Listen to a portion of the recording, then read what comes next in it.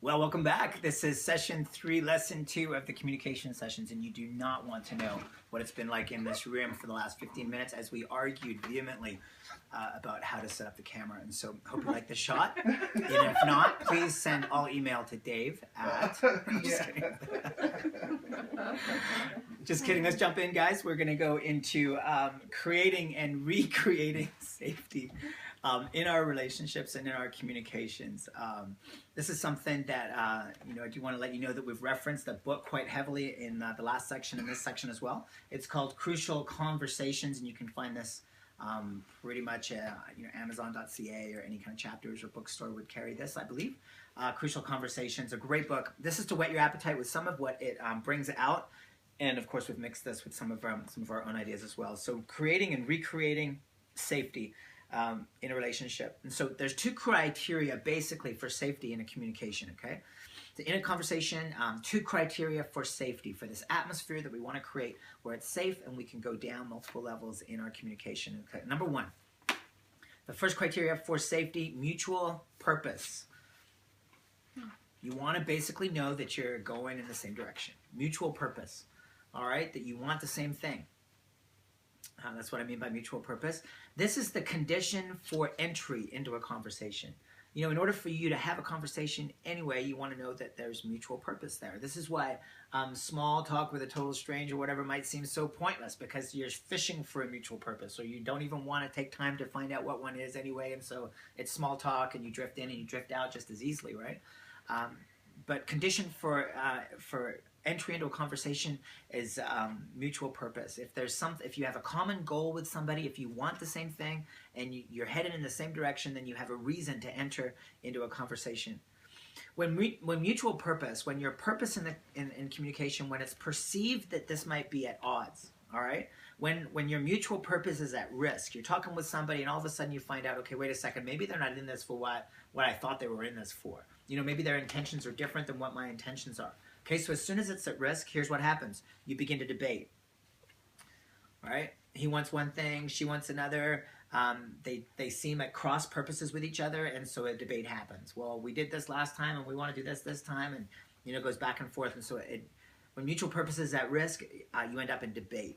Now, there's a big... my family grew up debating. We would debate around the supper table. Someone would bring up a topic about religion or politics or something, and we would debate it. Like it was the exchanging of ideas, and sure, feelings might get a little hurt in there, but we'd pick it up while we were pick up the conversation while we were doing the dishes afterwards, and then sitting around the living room afterwards, we'd be debating. Mara's family never debated at all, and so when our conversation drifts into debate, where our mutual purpose is really at stake, it creates issues for us. And so when there's debate, and there's a good debate, right? There's a good bringing together of ideas and just kind of working ideas through together. That's a mutual purpose right there, that we just want to have a good time debating. Is a mutual purpose. But if that's not the purpose, if there's another purpose and you're stalled in debate, you guys know how that is, right? It just goes on and on and on, right? There's no purpose behind it. It's not going anywhere. When it's at risk, debate happens. Here's what else happens. Defensiveness happens. You're in a conversation, things seem to be going good until you realize maybe that person isn't in this for why you're in this, and then all of a sudden your defenses go up. Wait a second, right? You're in a business relationship, and all of a sudden it's kind of like they're just trying to make as much money as they can out of this, right? And the defenses go up, right? You're in a marriage situation, relationship, or whatever, and you're debating, and you're talking about what you're going to do for the summer, and all of a sudden you realize, okay, wait, I just want to spend more time with the kids, and he just wants more time by himself, or whatever it might be. As soon as the mutual purpose is different, debate happens, defensiveness happens. The third one there I want you to list is accusation can start to happen. You start to point the finger, right? You start to make assumptions about what that other person's purpose is, what their intent is, what their motive is. Have you ever been in a conversation like that where someone begins to challenge your motive? Accusation begins to happen, right? When the purpose is at stake. Here's what you need to ask in order to find out if we have mutual purpose, all right? Here's what you need to ask in a relationship. You ask this: does this person believe that I care about their goals in this conversation? Does this person, the person I'm talking with, spouse, coworker, family, friend, does this person believe that I care about their goals in this conversation? Because if you both believe that you're going in the same direction, then communication is fair game. As soon as as soon as you think there's a cross purpose there, that these are not compatible goals, like what is this person's goal, the relationship begins to feel very unsafe. All right, that's the first criteria for great communication, for safe communication. First criteria. Number two, second criteria for safety when it comes to conversation is this: mutual respect. Mutual respect. So you got mutual purpose. This enables you to get into a conversation. Mutual respect. This is the condition for continuing in a conversation. So you got into it because you're both going in the same direction. You both want the same thing. You stay in the conversation because you both want, because you both feel or sense that respect from the other person. Okay, respect is a two-way street. When respect is at risk, all right, one or both of you that feel that the respect is at risk, you're going to begin to withdraw from the communication. Here's what it sounds like. Here's some telltale signs that the respect is at risk. Number one, you begin to defend dignity. Defending dignity, right? Wait a second, that's not who I am. That's not right. You defend dignity. Number two, this is where you'll find charged emotions, right? When I feel that respect isn't there in a relationship, my emotions begin to flare, right? I'm going to begin to kind of push back emotionally. You're going to get things like name calling. You can write that next, name calling. Maybe even threats, right? Because the person feels so vulnerable. You can see that it's got the emotional aspect to it, right? And we can trace back conversations that we've had, maybe in not too distant memory, where we can see some of these traits. You know, we can see the debate or the defensiveness. We can see the emotional kind of response, kind of pushing back. Be like, you know what was happening there is we weren't sure that we were on the same page in terms of purpose, or we weren't sure, we weren't sure that we respected each other. Here's the question to ask to find out, where you're at with this. Here's the question to ask: does this person believe that I respect them? Does this person believe that I respect them? And if you're not sure, then there's some issues there. You got to find out. Does this person believe I respect them? Okay, so what, the question is then, okay, so what if purposes are at odds? What if respect is kind of lacking from one or both parties? What do you do when one of these is violated? These are going to create difficulties in a relationship. Why? Because all of a sudden it's not safe. I thought it was going to be safe, but then I realized this person doesn't respect kind of where I'm coming from, and this person doesn't want what I want out of the situation. So what do you do when one of these areas is violated? Let's look at that a little bit. When people don't feel safe, they'll either retreat to silence or violence. Always remember this in your communications. When you see this happening, it's because something happened, something was said that made it not safe. When the the conversation seems to be off to an okay start, all of a sudden one gets silent or violent, right? Violent, not necessarily hitting physically. I would hope not, otherwise you got maybe more issues and you need more help, but like violent in terms of like amped up speech, maybe words that are used, maybe volume, right? Violence or silence. You know what? Let's just talk about this a different day. You know what? I'm just going to go read my book now, or I've got some computer games to play, or, like when we kind of like close the door on the other person without ever closing a physical door, we just kind of like turn the other way or whatever, right? Silence or violence. When you see silence or violence, here's why. Okay, for some reason, and you got to identify why, for some reason this just suddenly turned into an unsafe scenario for this person, and so therefore they backed out. Okay, so when people don't feel safe, they'll retreat to either silence or violence. When you observe this, here's what people that are really good at handling conflict, handling difficult situations, here's what they do. Instead of like, well, whatever that was, let's pick it up again tomorrow. And we've all done that, right? Let's try and talk about this another time, right? And oftentimes the same kind of things kind of come up. Oftentimes we can go around the mountain again in relationships that way. But here's what people that are good at handling conflict do. Because there are people that are good at it, people that are bad at it. We want to be people that get better at it. Isn't that right? In our relationships that matter to us most, we want to know what to do and what to say when someone gets silent or violent. Isn't that right? We want to know how to restore safety into a relationship, into a conversation. Why? So that we can begin to go deeper with that person and know them and be known by them. Isn't that right? Okay. So what to do when you observe that safety needs to be restored? Number one, we all have the ability to do this. Okay. It's to step out of the conversation.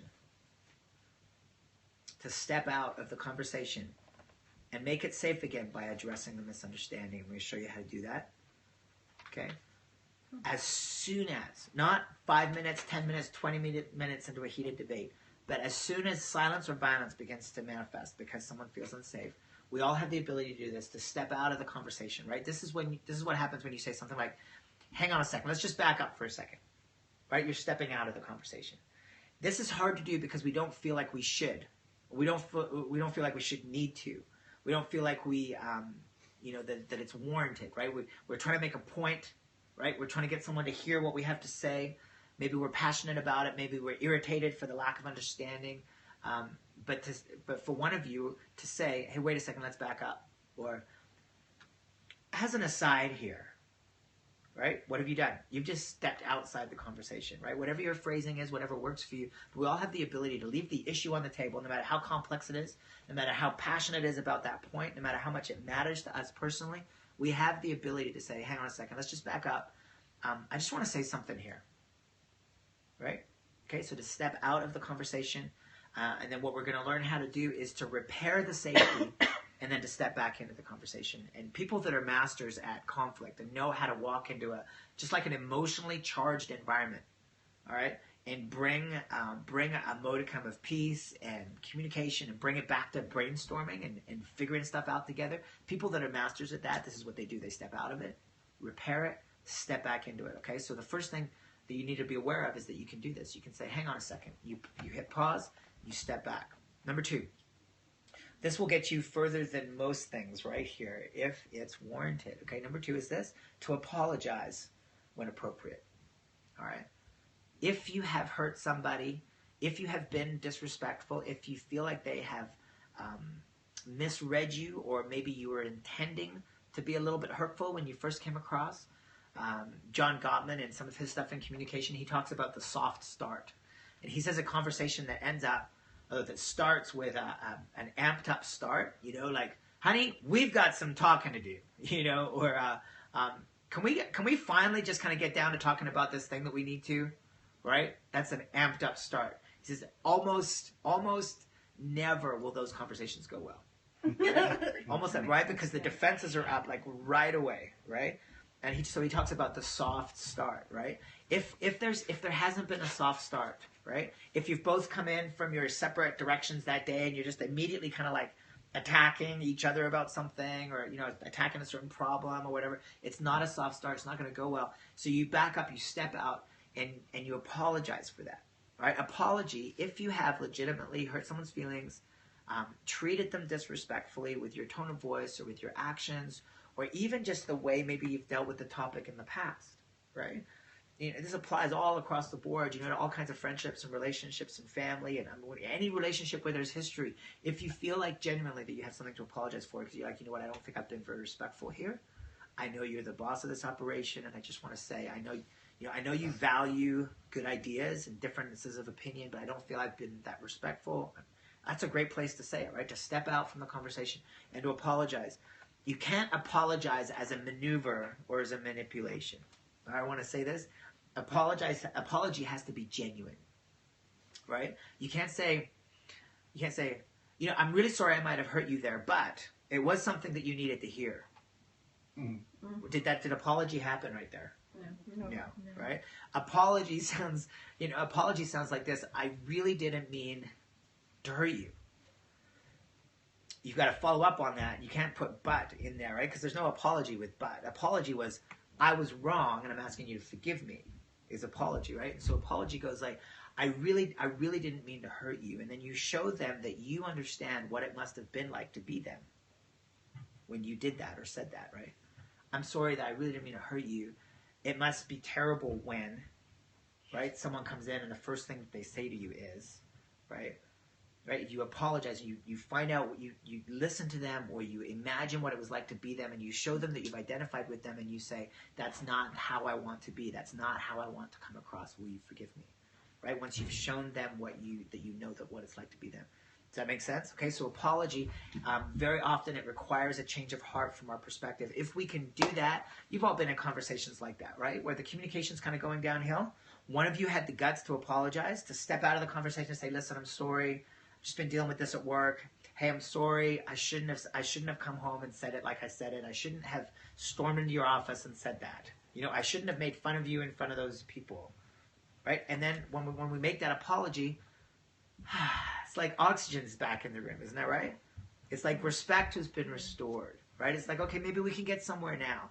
And almost, unless this has been contravened over and over and over and over again, almost any relationship will respond to the oxygen that's provided by apology, by a sincere, I'm going to take the humble road, and I'm just going to say this, I'm sorry. Isn't that right?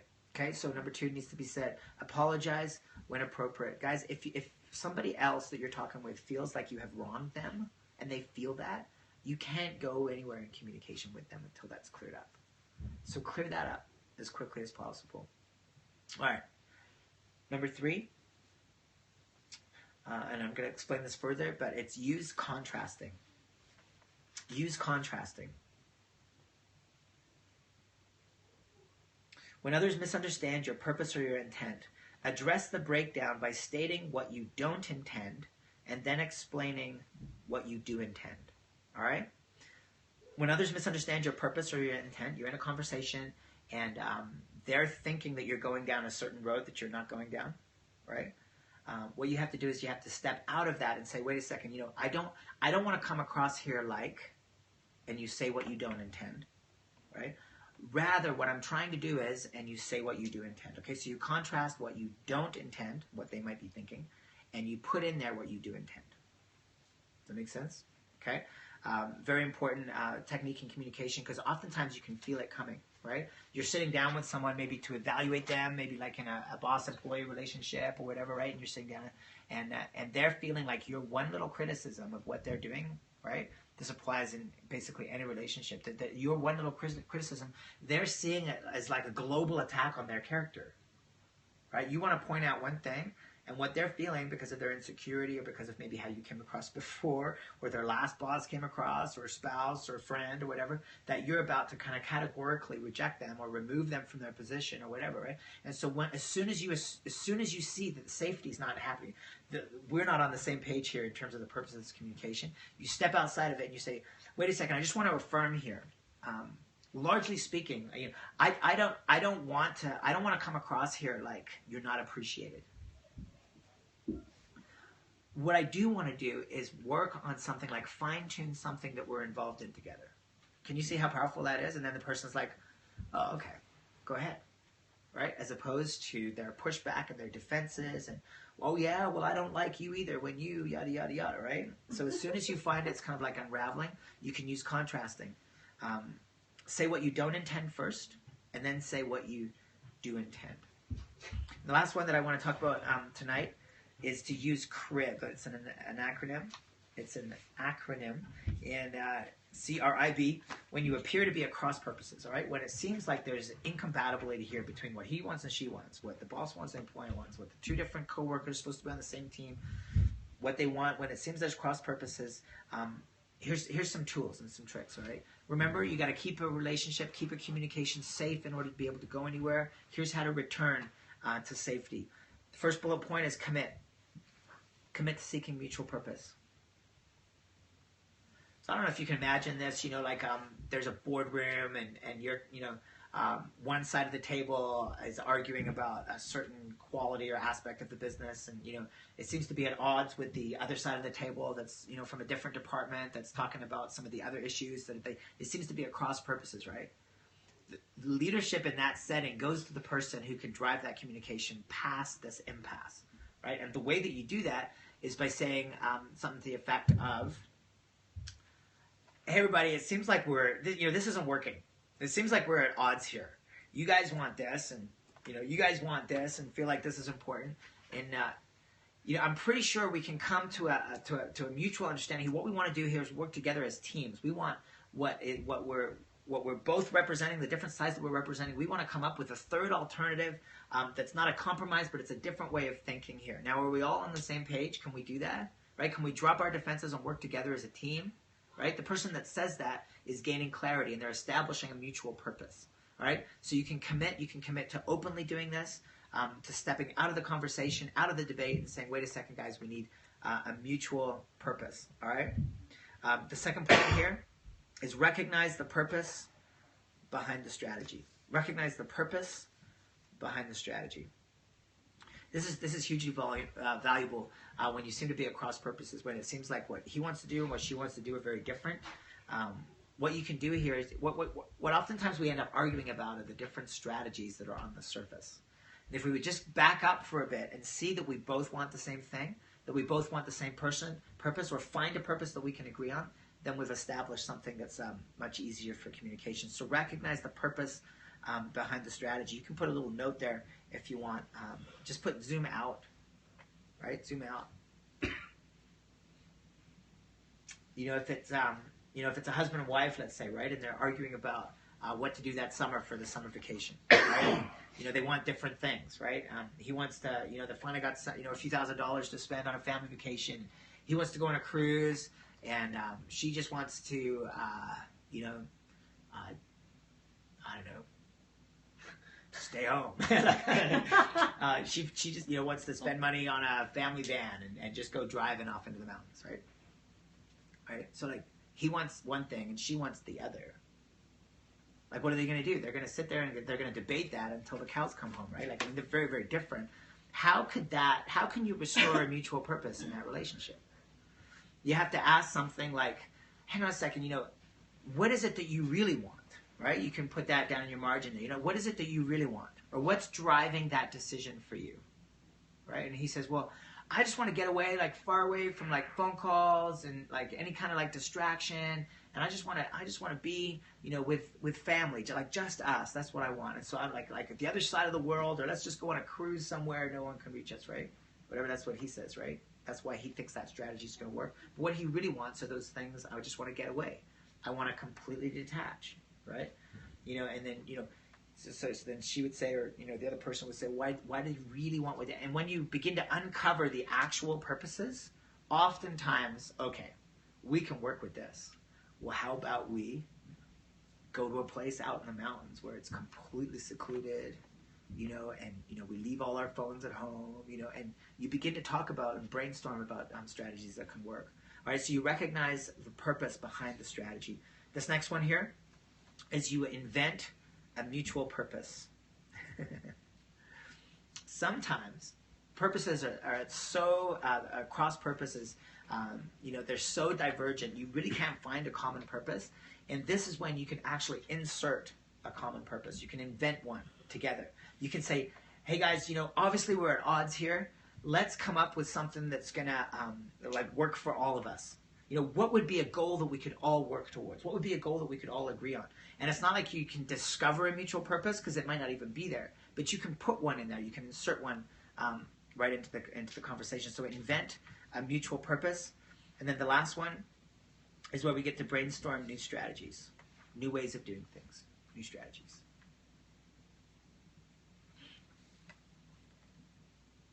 I'll tell you what happens in most relationships. Whether you're talking about a marriage or a friendship or a boss, coworker, relationship kind of thing. What usually happens is that the dominant person just ends up making the decisions, driving the decisions, right? The dominant personality just ends up doing things the way they want to do them, and the more passive person just ends up just kind of going with the flow. Right? That's what happens in most relationships. But after a while, the dominant person ends up feeling, I don't want to be making all these decisions. Okay? The person that is doing the following ends up feeling like, there are things here that are really important to me that just aren't getting any airtime at all. Right? That's what happens. It builds in a relationship, and there are problems that can develop because of that, because the resentment, he never makes decisions, she never makes decisions. There's some things here that really matter to me that aren't getting any oxygen, aren't getting any air. Those irritations can build and develop. They won't just go away. And sometimes, we work with some couples where those are years and years, sometimes decades old resentments, where he's just given up or she's just given up, or it's just is what it is, and that's just the way they operate. And guys, there are communication methods that are way better than that, where we insist on bringing forward what needs to be talked about in a way that can be talked about.